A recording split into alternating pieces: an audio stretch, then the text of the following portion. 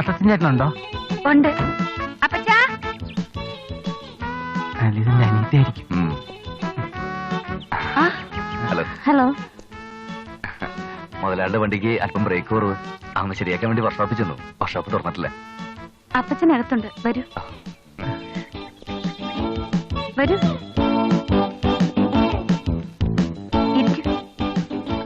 ഇവരൊക്കെ എന്റെ ഓഫീസിൽ വർക്ക് ചെയ്യുന്നവരാ. ചേച്ചി, അപ്പച്ചനെയും വിളിച്ചേ. ആലിസിന്റെ അമ്മച്ചിയാണല്ലേ? അല്ല, വല്യമ്മച്ചിയാ. വല്യമ്മച്ചാണല്ലേ? അപ്പൊ ആലിസ് ചെറുമോളായിരിക്കും. വർക്ക്ഷോപ്പിൽ വണ്ടി നന്നാക്കാൻ വന്നതാ. ഞാൻ ഇറങ്ങട്ടെ വല്യമ്മച്ചി? ഇറങ്ങട്ടെ. ആലിസ് ഓഫീസിലേക്കല്ലേ? അതെ. ഞങ്ങൾ ഡ്രോപ്പ് ചെയ്യാം.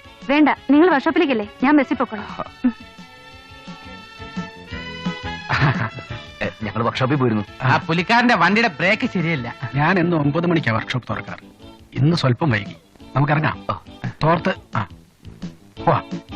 ചായ കുടിക്കാനൊന്നും സമയമില്ലാത്തണ്ടാ. വരട്ടെ.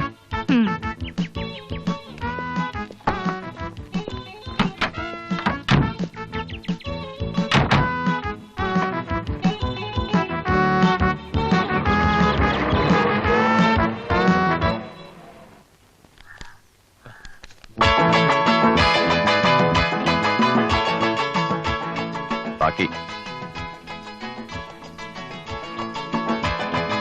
Good morning. അനിയല്ലേ? അപ്പൊ എന്നെ മനസ്സിലായല്ലേ?